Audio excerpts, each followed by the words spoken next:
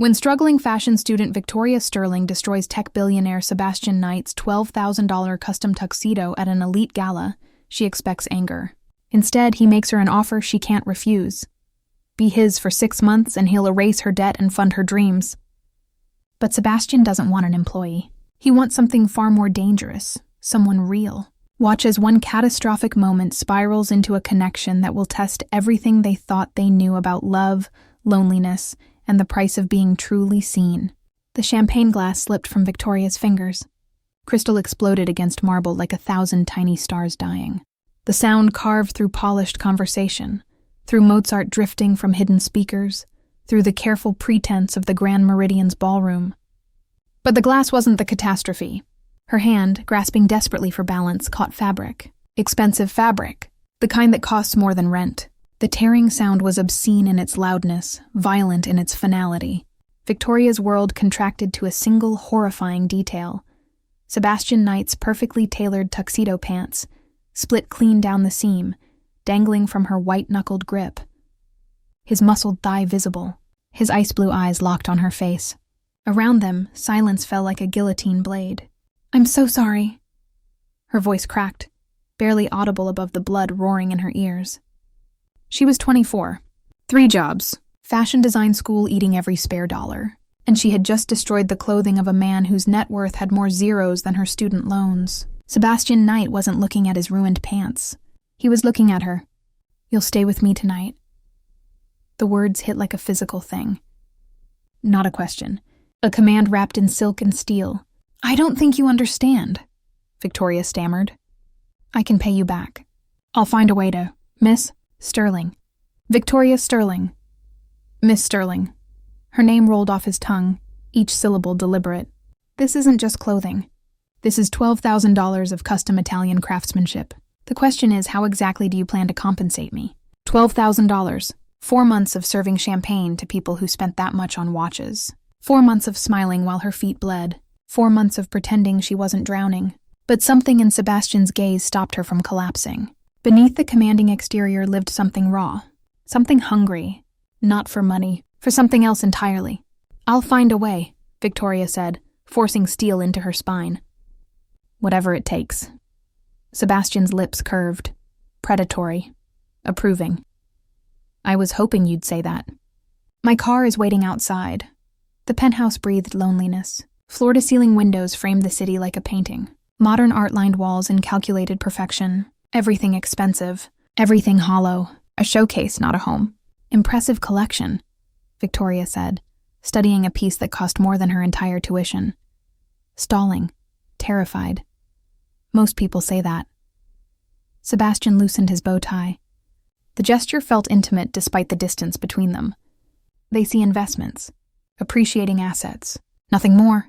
He moved to a crystal decanter, poured amber liquid into 2 glasses. When he handed her one, their fingers brushed. Electricity, raw and undeniable. Sebastian's pupils dilated. He felt it too. "About the compensation," Victoria began. Sebastian raised a hand. $12,000. Based on your hotel salary, approximately 6 months to earn that amount. After taxes, after living expenses. He'd already calculated her entire life like a spreadsheet. However, Sebastian moved closer. "I have an alternative proposal." The word hung between them, loaded with implications that made Victoria's pulse stutter. "I need someone." His voice dropped to a whisper. "Someone real. Someone who sees me as more than a bank account. Someone who isn't afraid to challenge me. I don't understand. Be mine for 6 months." The words were raw, honest, desperate. Not as an employee, not as a transaction. As someone who chooses to stay. In exchange, your debt is forgiven. And I'll fund the remainder of your fashion design education. Victoria's glass slipped. Sebastian caught it before gravity could claim it. Lightning reflexes. He set it aside without breaking eye contact. "You're asking me to be what exactly?" Victoria's throat felt lined with sandpaper. "Your girlfriend?" "My companion. I'm asking you to be yourself." Sebastian stepped closer. "Cologne and heat. But to be yourself with me. No pretense. No performance. Just honest connection. 6 months. And if I say no, then you pay the $12,000 and we never see each other again." His jaw tightened.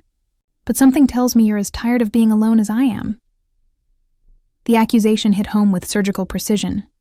Victoria had been alone since her parents died 3 years ago, working herself to exhaustion to avoid confronting the emptiness that had swallowed everything good. 6 months, she whispered.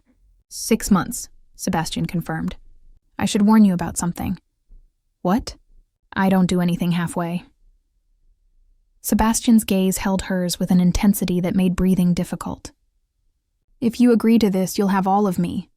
The good, the bad, and the parts I've never shown another living soul. Question is, can you handle that level of intensity? Before Victoria could answer, Sebastian's phone buzzed. He glanced at the screen. Every muscle in his body went rigid. His expression transformed from vulnerable to frozen in half a heartbeat. I have to take this. His voice was ice now. All warmth evaporated. Wait here. He disappeared into another room. Victoria stood alone in the lonely penthouse, champagne forgotten, watching the city lights blur into stars.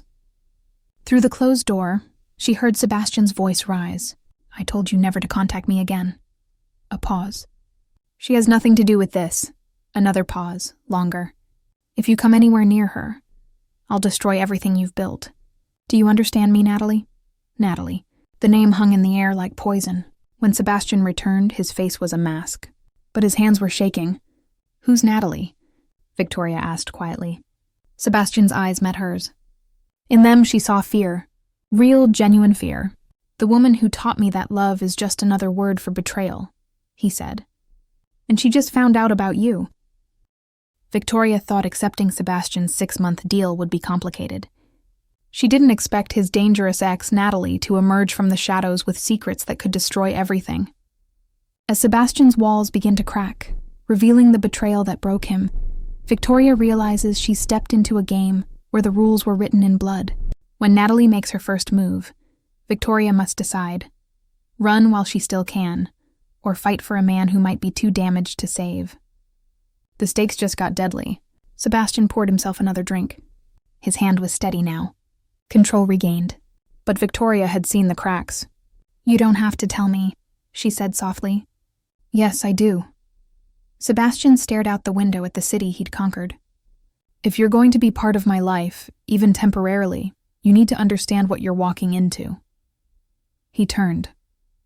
The moonlight carved shadows across his face, making him look older. Haunted. Natalie Chen. We were engaged 2 years ago. She was brilliant, beautiful, everything I thought I wanted. His voice was flat, clinical. I was going to announce our engagement at a charity gala. 500 guests, press, my entire board of directors. Victoria waited. The air felt heavy. I found her in my office that afternoon, with my business partner, on my desk. Sebastian's laugh was bitter, broken. She wasn't just sleeping with him. She'd been feeding him proprietary information for months. They were planning to tank my company, short the stock, make millions off my destruction. Sebastian. The engagement announcement became a public humiliation. She played the victim, told everyone I was controlling, obsessive, that she'd escaped an abusive relationship. He drained his glass. Half my investors believed her. It took me 18 months to rebuild what she tried to destroy. Victoria crossed the space between them, stood close enough to feel his heat. Why did she call tonight? Because Natalie doesn't lose. Sebastian's jaw clenched. And in her mind, I'm hers. She spent 2 years trying to worm her way back into my life. Apologies, explanations, claiming she made a mistake. But I know the truth. What truth? She's a predator. Sebastian's eyes met Victoria's. And she just found new prey. Me. You. The word sat between them like a loaded gun. I can handle myself, Victoria said. You don't know her. Sebastian's hand came up, hovering near Victoria's cheek but not touching. She'll smile at you, befriend you, learn everything that matters to you, and then she'll use it to tear you apart. Then why did you bring me here? Victoria's voice rose. If you knew she was watching, if you knew I'd become a target, why make that offer in the ballroom? Sebastian's control shattered. Because I'm selfish. The words were raw, scraped from somewhere deep. Because the second you looked at me, Really looked at me like I was a person instead of a bank account. I couldn't let you walk away. Because I'm so tired of being alone that I'll risk your safety just to feel something real again." The confession hung in the air. Victoria reached up, touched his face. Sebastian flinched like he'd been burned. "I'm not running," she said. "You should." "Probably." Victoria's thumb traced his jawline. "But I'm not." Sebastian's phone buzzed again. He ignored it. It buzzed 3 more times in rapid succession. "Answer it," Victoria said. Sebastian pulled out his phone. His face went pale. "What is it?" Wordlessly, he turned the screen toward her. 4 photos, all taken tonight, all of them. Victoria leaving the hotel in Sebastian's car. Victoria entering his building. Victoria standing at his penthouse window. Victoria touching his face. The final message was simple. "She's pretty. Let's see how she looks when I'm done with her." Victoria's blood turned to ice. "I'm calling security," Sebastian said, already dialing. "You're staying here tonight. Tomorrow we'll—" "No." Sebastian stopped. "What?" "I'm not hiding." Victoria's voice was steady despite the fear crawling up her spine. "That's what she wants. To make me scared. To make me run. If I do, she wins." "This isn't a game, Victoria." "You're right. It's not." Victoria straightened her shoulders. "It's my life. And I don't let bullies dictate how I live it." For the first time since the phone call, something like hope flickered in Sebastian's eyes. "You're either very brave or very stupid," he said. "Can I be both?" Sebastian's lips twitched. Almost a smile. "Stay anyway," he said quietly. "Not because you're hiding, because I don't want to be alone tonight." The vulnerability in those words cracked something open in Victoria's chest. "Okay," she whispered. Sebastian showed her to a guest room. Enormous, perfect, cold. "If you need anything," he said from the doorway. "Sebastian?" He turned. "Thank you for being honest with me." His expression softened. "Thank you for not running." Victoria didn't sleep. She lay in Egyptian cotton sheets that cost more than her car, staring at the ceiling, thinking about ice blue eyes and broken billionaires and the ghost of a woman who'd taught Sebastian that love was just another weapon. Around 3 in the morning, she heard it. A sound, muffled but distinct. Someone crying. Victoria slipped out of bed, followed the sound through marble hallways to a closed door, light bleeding underneath. She knocked softly.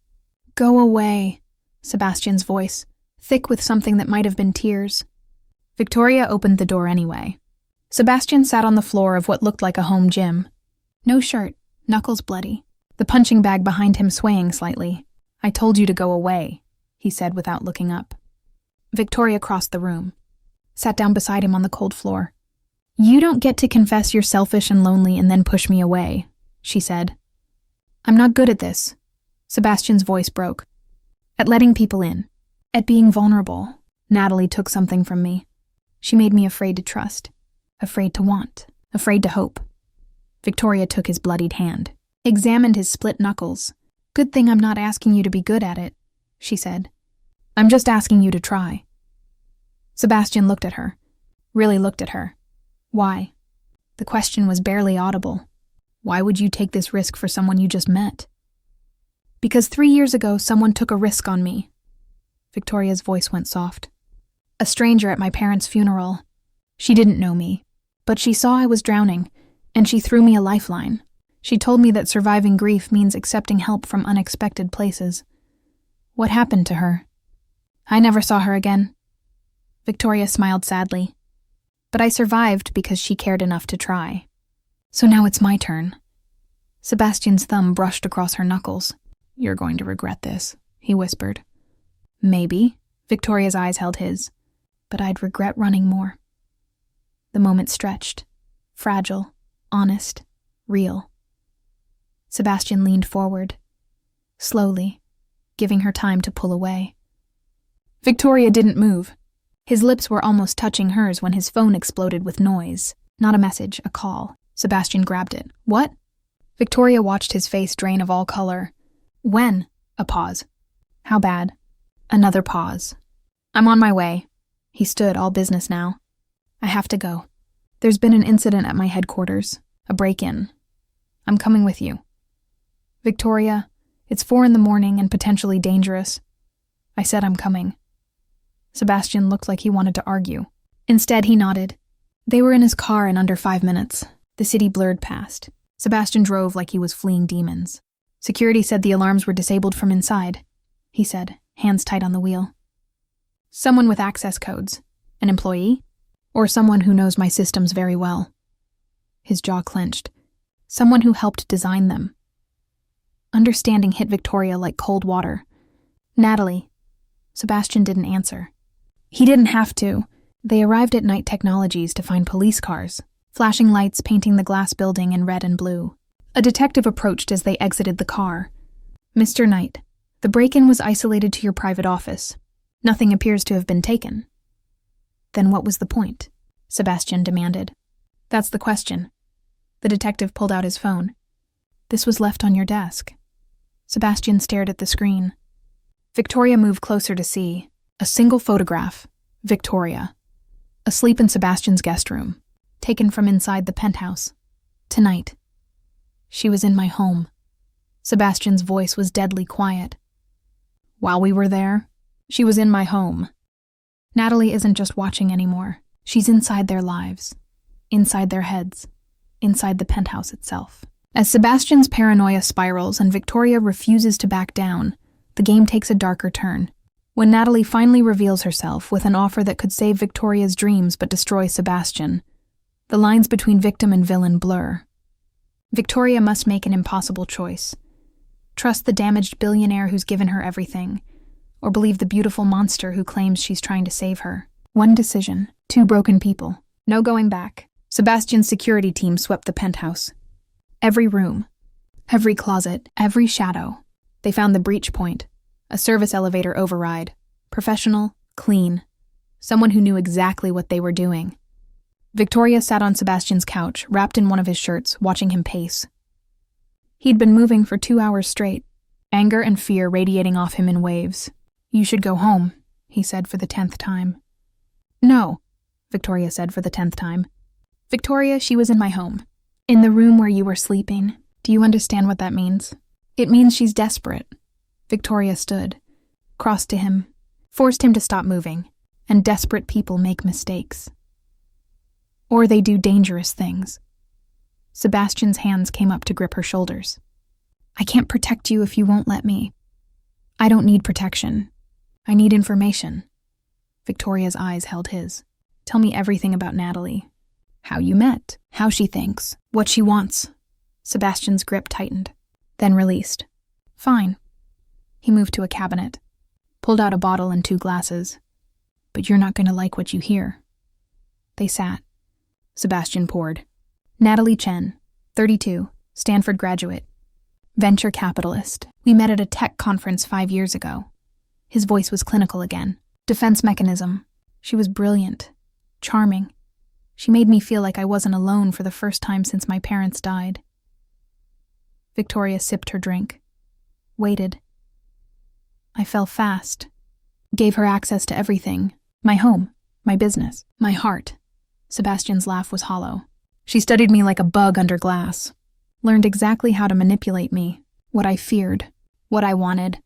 She became whatever I needed until I was completely dependent on her. That's not love, Victoria said quietly. No, it's not. Sebastian met her gaze. But I didn't realize that until I found her with Marcus. Until I heard them laughing about how easy I was to fool, how my trust made me pathetic. Victoria's chest ached for him. After the engagement fell apart, I hired investigators. Learned the truth. Sebastian's hands clenched around his glass. Natalie wasn't just after my money. She wanted to destroy me. I'd rejected her initial business proposal years before we dated. She decided to make me pay. That's sociopathic. Yes. Sebastian drained his glass. And now she's fixated on you. Because in her mind, you're a replacement. Proof that she's not unique, not irreplaceable. And that's something her ego can't tolerate. Victoria processed this, the pieces clicking into place. So what does she want, really? Control. Sebastian's voice went cold. She wants me broken, alone. Exactly where I was when she left. Then we don't give her that. Sebastian looked at Victoria like she was insane. How exactly do you propose we fight someone who has unlimited resources and no conscience? Victoria smiled. Sharp, dangerous. We make her think she's winning. The plan formed over the next 3 days. Sebastian's security upgraded every system. New codes, new protocols. Victoria moved into the penthouse officially. Not hiding, making a statement. They played the perfect couple. Dinners at exclusive restaurants. Walks through the city. Photos leaked to social media. Every image designed to provoke. And Natalie watched. Victoria felt her presence like a physical thing. Eyes on her back. Shadows that moved wrong. Messages from unknown numbers with cryptic warnings. He'll destroy you too. Ask him about the girl before me. You're not the first. But Victoria didn't break. On the 4th day, Natalie made her move. Victoria was alone at a coffee shop near her school. Sebastian was in meetings. The security detail he'd insisted on was outside. A woman slid into the seat across from her. Natalie Chen was more beautiful in person. Sharp cheekbones. Designer clothes. A smile that could cut glass. Victoria Sterling. Her voice was honey and poison. We should talk. Victoria's pulse spiked. But she kept her face neutral. I have nothing to say to you. That's unfortunate. Because I have quite a lot to say to you. Natalie signaled the barista. Ordered an espresso like she owned the place. Sebastian has told you about me, I assume. His version of events. If you're here to defend yourself, save your breath. Defend?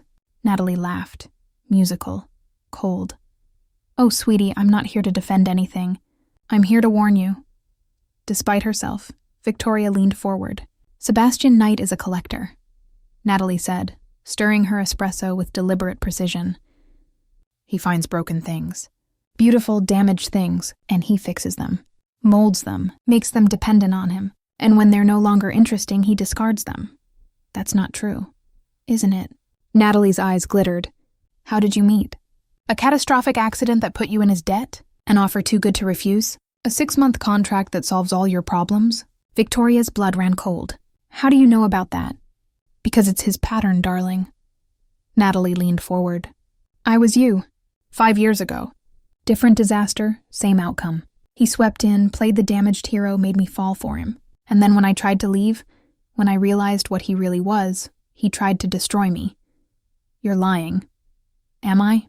Natalie pulled out her phone, slid it across the table. Scroll. Victoria's hands shook as she looked. Photos, dozens of them. Sebastian with other women. Beautiful, struggling women. Artists, musicians, entrepreneurs, all fitting a similar profile. He has a type, Natalie said softly.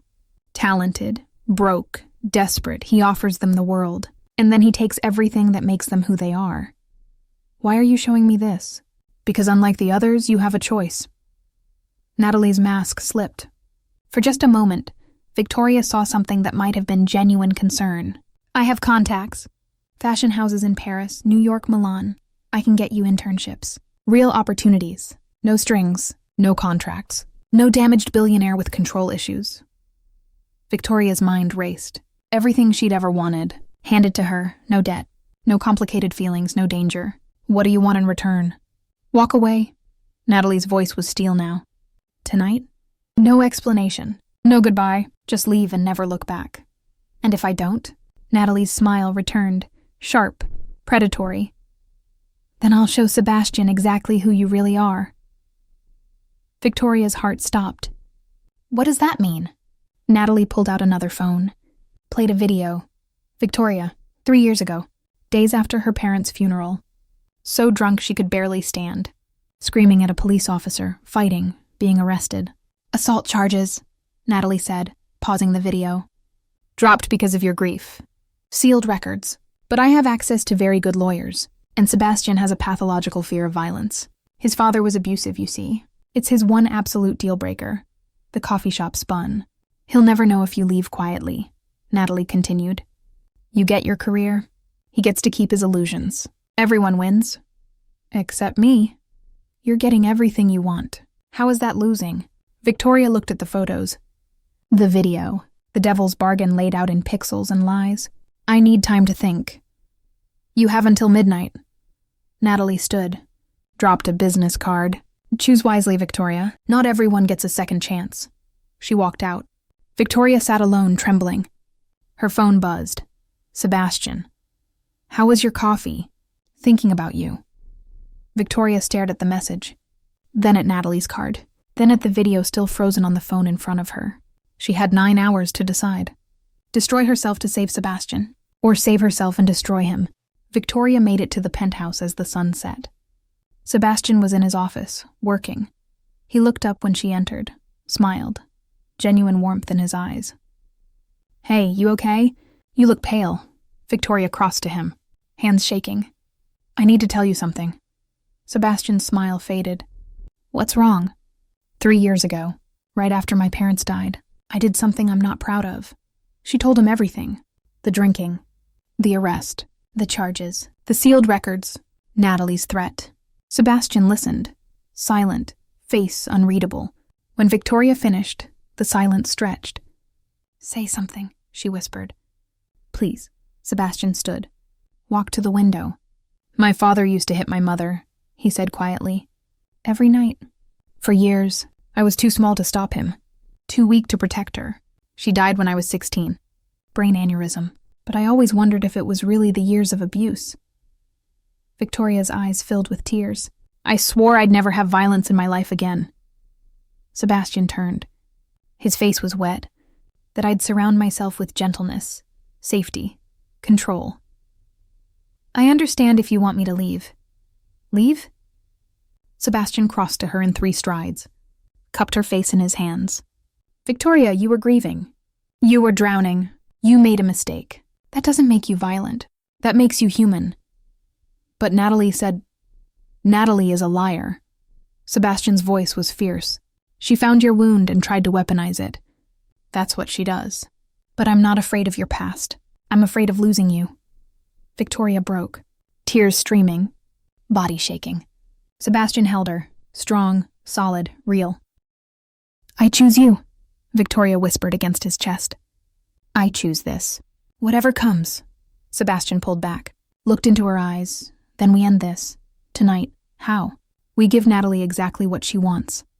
Sebastian's smile was dangerous. We make her think she's won. Sebastian and Victoria have a plan to expose Natalie once and for all. But plans require sacrifice, and someone has to play the villain.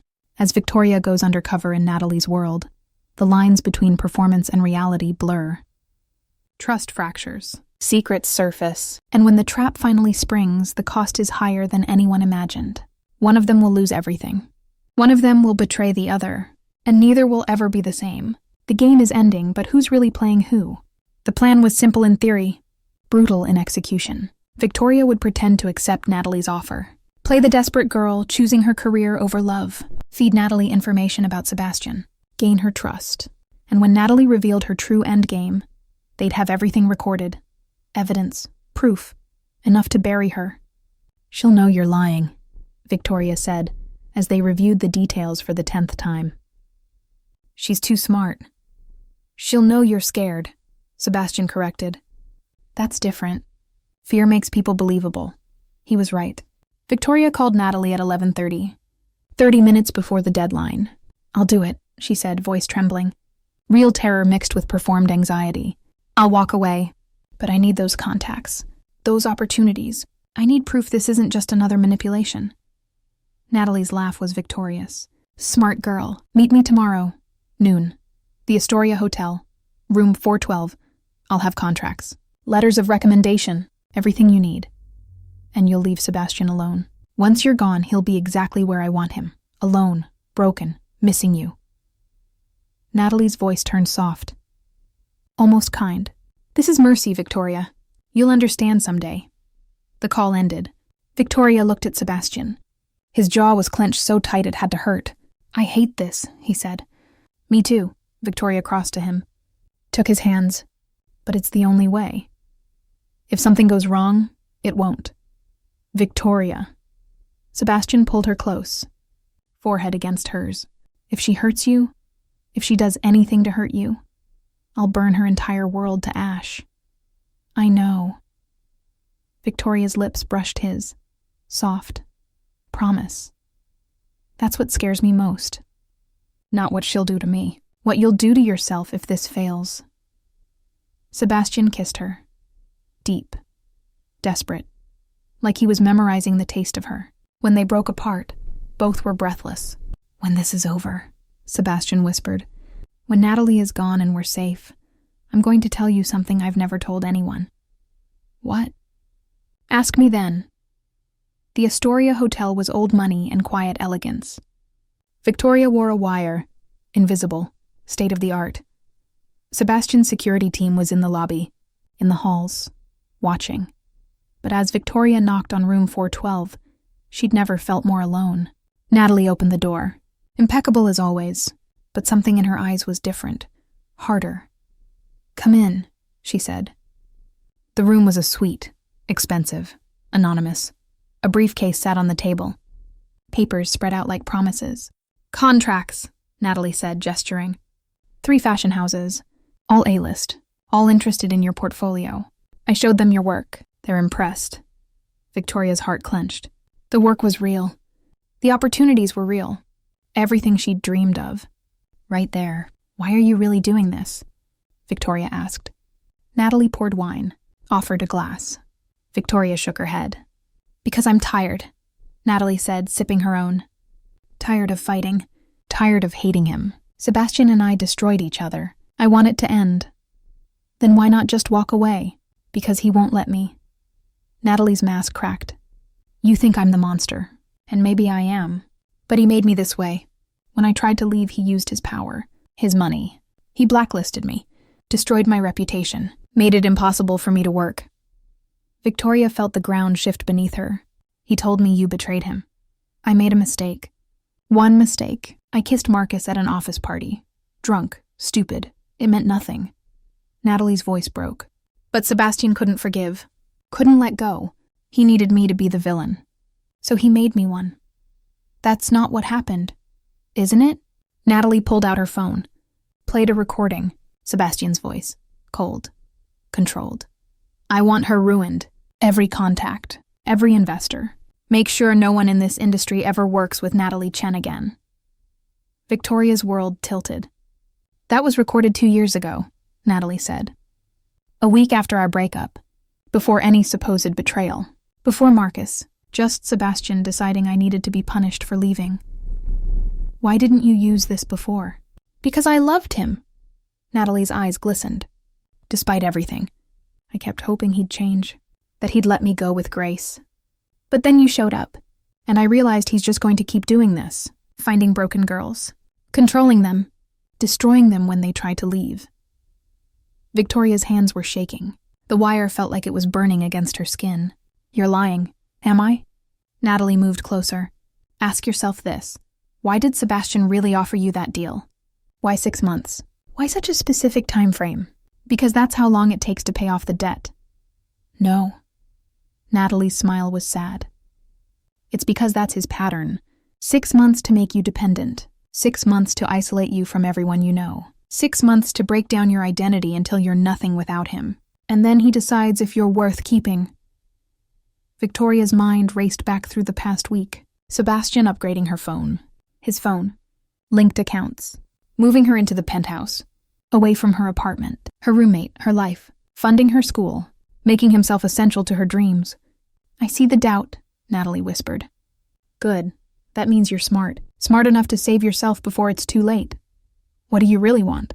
Victoria's voice cracked. "I want to help you." Natalie pulled out a flash drive. "This has everything. Recordings, documents, proof of what Sebastian really is. Take it, disappear. Start over somewhere he can't reach you. And you get what? Peace." Natalie pressed the drive into Victoria's hand. "Knowing I saved at least one person from him." Victoria stared at the drive, at the contracts on the table, at Natalie's face, which looked genuinely, heartbreakingly sincere. "I need to think." "Of course." Natalie stepped back. "But Victoria, if you go back to him, if you tell him about this conversation, he'll make you disappear, not physically. But everything that makes you you, he'll erase it. I've seen him do it before." Victoria's throat was tight. "Before?" Natalie pulled out another file. Photos fell out. A girl, maybe 20. Bright smile. Artist's hands covered in paint. Emma Rodriguez. Sebastian's girlfriend 4 years ago. Before me, she was a painter. Brilliant. He funded her first gallery show, moved her into his penthouse, made her dependent. Victoria picked up a photo with trembling hands. What happened to her? She tried to leave, said she felt suffocated, that Sebastian was controlling every aspect of her life. Natalie's voice went hollow. 3 days later, she had a breakdown. Psychiatric hold. When she got out, Sebastian had bought her apartment building, paid off her art dealer, owned everything she'd ever created. Where is she now? Teaching elementary school art in Nebraska. She hasn't painted in 3 years. Too traumatized. Victoria felt sick. He told me he hadn't been in a relationship since you. Of course he did. Natalie collected the photos. He tells all of you that. Makes you feel special, chosen, like you're the one who can fix him. The wire was evidence. The recording would prove everything. But which version of the truth? I'll take the contracts, Victoria heard herself say. And the drive. But I need 48 hours to figure out how to leave without him noticing. Natalie smiled, relieved, genuine. Smart girl. I'll text you tomorrow with final details. They hugged. It felt wrong, but also real. Victoria left the hotel in a daze. Sebastian's security team followed her to the car. To the penthouse, inside. Sebastian was waiting, pacing. He turned when she entered. Did you get it? His eyes were bright, feverish. The confession? The evidence? Victoria's hand closed around the flash drive in her pocket. She told me about Emma Rodriguez. Sebastian froze. The color drained from his face. That's not what you think. Then what is it? Victoria's voice was steel, because she showed me photos. Medical records, property transfers. You destroyed that girl. I saved her. Sebastian's voice rose. Emma was being abused by her father. Financially, emotionally. I helped her escape. I gave her opportunities. When she had her breakdown, I made sure she was taken care of. Made sure she had a fresh start. By buying everything she owned. By paying off her debts to her father so he couldn't track her down. Sebastian grabbed his laptop. Pulled up files, bank records, legal documents. Look, every transaction, every dollar, it all went to protecting her from him. Victoria scanned the documents. They matched his story. But Natalie's story had been so convincing. Why didn't you tell me about her? Because it's not your burden to carry. Sebastian's hands shook. Because every time I help someone, every time I try to do something good, it gets twisted into proof that I'm a monster. Show me the recording, Victoria said. The one where you tell someone to ruin Natalie. Sebastian's jaw clenched. There is no recording. She played it for me. Then it's fake. But his eyes said something else. Sebastian, tell me the truth. He turned away. Shoulders tight. I said those words. His voice was barely audible. 2 years ago. I was drunk, destroyed. She'd just humiliated me in front of everyone I respected. And yes, I called a friend and said I wanted her ruined. Victoria's heart cracked, but I never followed through. Sebastian spun around. I made the call. Said terrible things. And then I hung up and threw my phone across the room and spent the next 6 hours hating myself.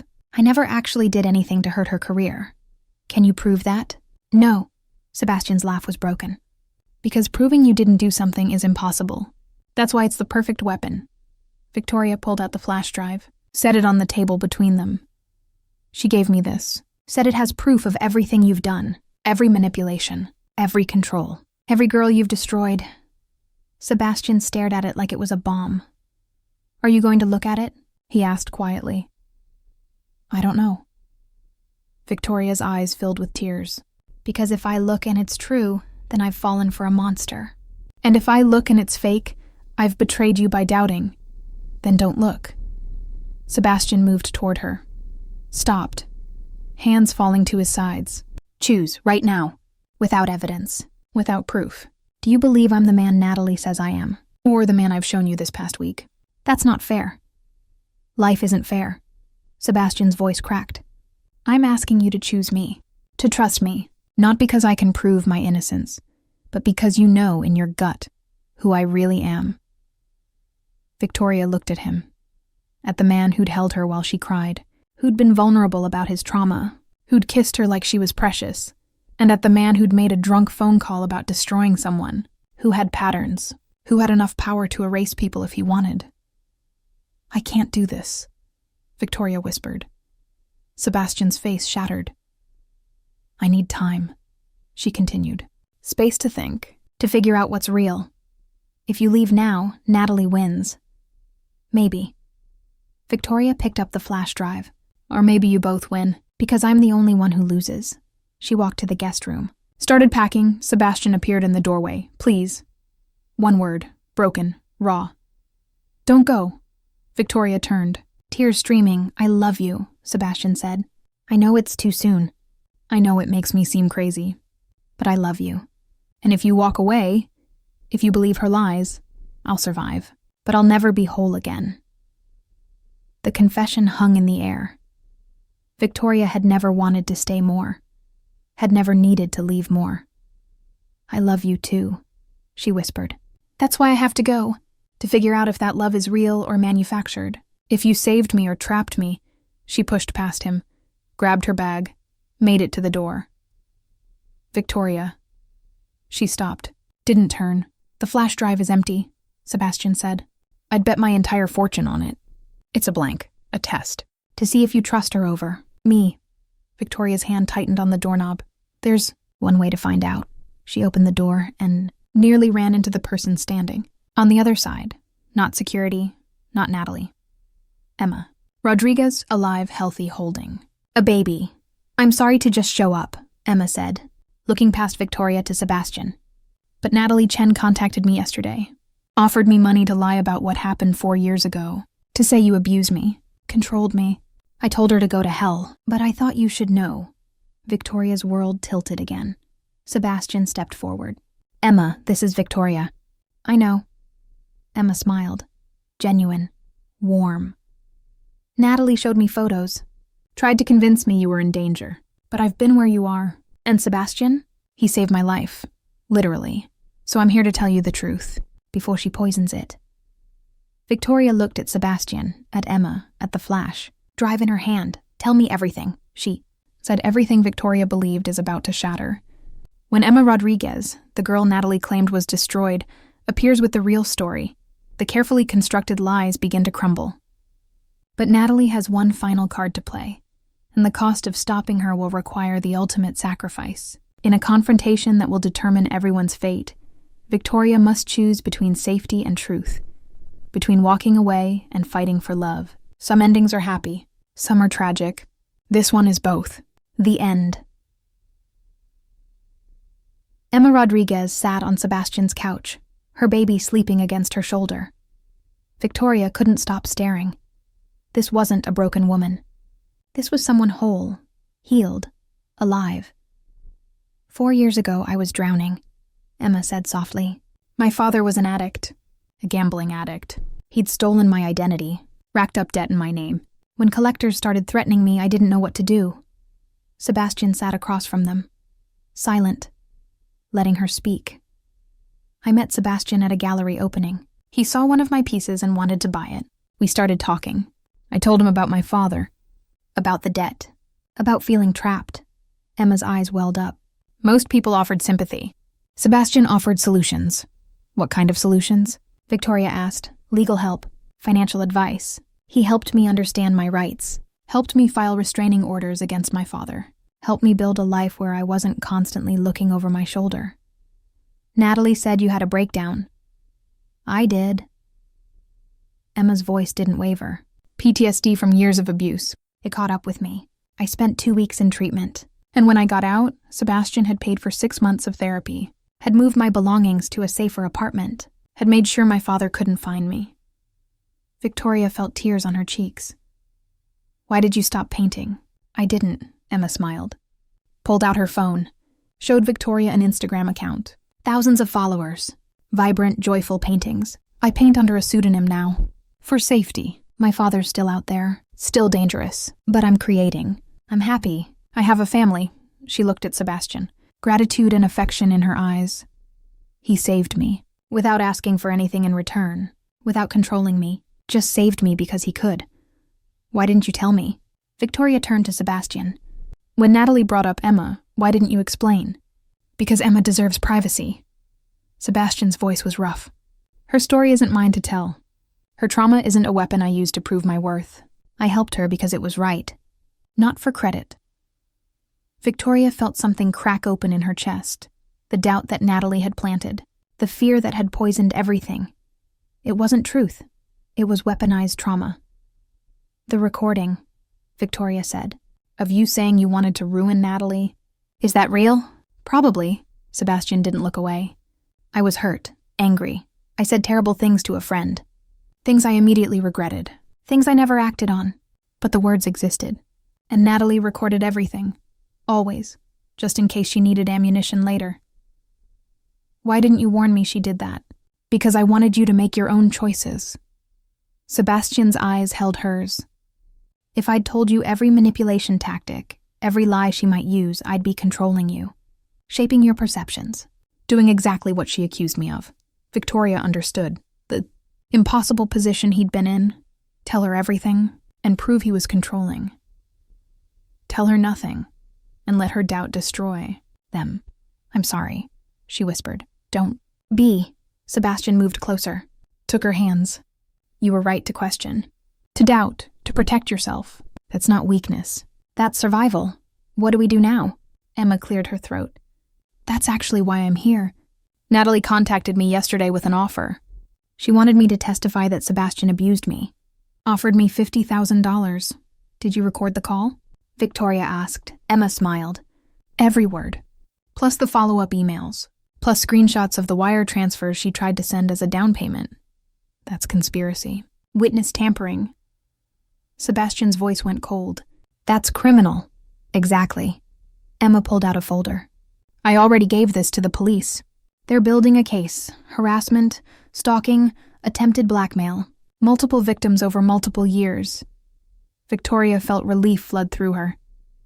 "It's over. Almost." Emma stood, carefully adjusting her sleeping baby. "But Natalie's dangerous when she's cornered. Sebastian, I meant what I said 4 years ago. If you ever need anything, you call me. You saved my life. I owe you everything. You owe me nothing." Sebastian's voice was thick. "I'm just glad you're happy." Emma left. The apartment fell silent. Victoria and Sebastian stood in the wreckage of the past week. Trust shattered and rebuilt. Lies exposed. Truth revealed. "I read the flash drive," Victoria admitted, while Emma was talking. "It's blank, just like you said." Sebastian nodded slowly. "Did it change anything? Knowing I was right?" "No." Victoria moved into his space. "Because being right doesn't fix broken trust. Time does. Honesty does. Choosing each other every day does." "I can do that." Sebastian cupped her face. "I can choose you every day for the rest of my life if you'll let me. It's only been a week. I know. We're probably crazy. Definitely. This is going to be complicated. Everything. Worth having is." Victoria kissed him. Soft. Real. Honest. "Love you," she whispered against his lips. "The real you. Damaged parts included." "I love you," Sebastian breathed. "Even when you doubt me. Even when you leave. Even when you come back." They stood together as the sun rose over the city. Two broken people finding wholeness in each other's arms. The phone rang. Sebastian's phone. Unknown number. He answered on speaker. "Hello, Sebastian." Natalie's voice was ice. "I hope you're proud of yourself. Turning Emma against me. Recording our private conversations. Playing the victim. It's over, Natalie." Sebastian's voice was steady. "The police have evidence. Emma's testimony. Everything. Evidence can disappear." Natalie's laugh was unhinged. "Witnesses can be discredited. You taught me that, remember? When you threatened to ruin me, I never actually tried to ruin you. You ruined yourself, did I?" The line crackled. "Or did you make me into a monster because it was easier than admitting you're the one who can't love properly?" Victoria took the phone. "He loves just fine. You're the one who doesn't understand what love means." Silence. Then, "Victoria." Sweet, naive Victoria. "You think you've won. You think this is your happy ending. But you're just the latest chapter. In 6 months, when the novelty wears off, when he's bored with fixing you, you'll understand. You'll become me, and some other broken girl will be standing where you are now, thinking she's special. The difference, Victoria said calmly, is that I know I'm not special. I'm just someone choosing to stay, choosing to fight, choosing to believe in something messy and complicated and real. You never learned how to do that. Another silence. Longer. You're going to regret this. Natalie's voice broke. All of you. The line went dead. Victoria set the phone down. Do you think she meant that as a threat? She asked. Probably. Sebastian pulled her close. But I'm not afraid anymore. She doesn't have power over me. Over us, we know the truth. That's all that matters. They were wrong. 3 days later, Natalie Chen disappeared, left her apartment, her car, her entire life. The police investigation continued without her. Arrest warrants issued, but she was gone. She'll surface eventually, the detective told them. People like her always do. They can't stay hidden, can't resist making themselves known. But weeks passed. Then months. Victoria graduated from fashion school. Her final collection was stunning, raw, inspired, by broken things made beautiful. Sebastian was in the front row. They moved, forward, carefully, honestly, building something real from the ashes of manipulation and fear. Victoria opened her own studio, small, independent, hers. Sebastian stepped back from his company, focused on philanthropy, on helping people like Emma, like Victoria once was. They were happy most days. But sometimes, late at night, Victoria would wake to find Sebastian staring out the window at the city, looking for shadows that moved wrong. She's out there, he'd say, watching, waiting. Let her watch, Victoria would answer. We're not hiding. We're living. And they were. 6 months became a year became 2. The penthouse became a home, filled with laughter, art, arguments, compromise, all. The messy reality of 2 damaged people learning to love without destroying each other. On their 2nd anniversary of that catastrophic night in the ballroom, Sebastian took Victoria back to the Grand Meridian Hotel, different ballroom. Same elegant atmosphere. Why here? Victoria asked. Because I want to rewrite the memory. Sebastian held out his hand. Dance with me? They moved across the floor. No torn pants, no shattered glass, just 2 people swaying to music that belonged only to them. I have something for you, Sebastian said. He pulled out a small box. Victoria's breath caught. This isn't a proposal, Sebastian said quickly. Or maybe it is, just not the traditional kind. He opened the box. Inside was a key. A key? To my building downtown, the one I've been renovating. Sebastian's eyes were bright. I'm turning it into studios, affordable spaces for artists, musicians, designers, people who need a chance. Victoria's eyes filled with tears. I want you to run it, Sebastian continued. Choose the artists, build the community, make it yours. No strings, no control, just a partnership, between equals. Sebastian, I'm not asking you to give up your studio. I'm asking you to expand your dream, to help other people the way I once helped you, the way we help each other now. Victoria kissed him. Deep, grateful, in love. Yes, she whispered, to all of it, to us, to this life we're building. They danced until the ballroom emptied, until it was just them and the music and the ghosts of who they'd been 2 years ago. Do you ever regret it? Sebastian asked. That night? The torn pants? The impossible choice? Victoria thought about it, about the fear, the doubt, the pain of learning to trust. No, she said honestly, because it brought me here. To you, to this, to understanding that love isn't about perfect people finding each other. It's about broken people choosing to heal together. Sebastian smiled. Real, unguarded.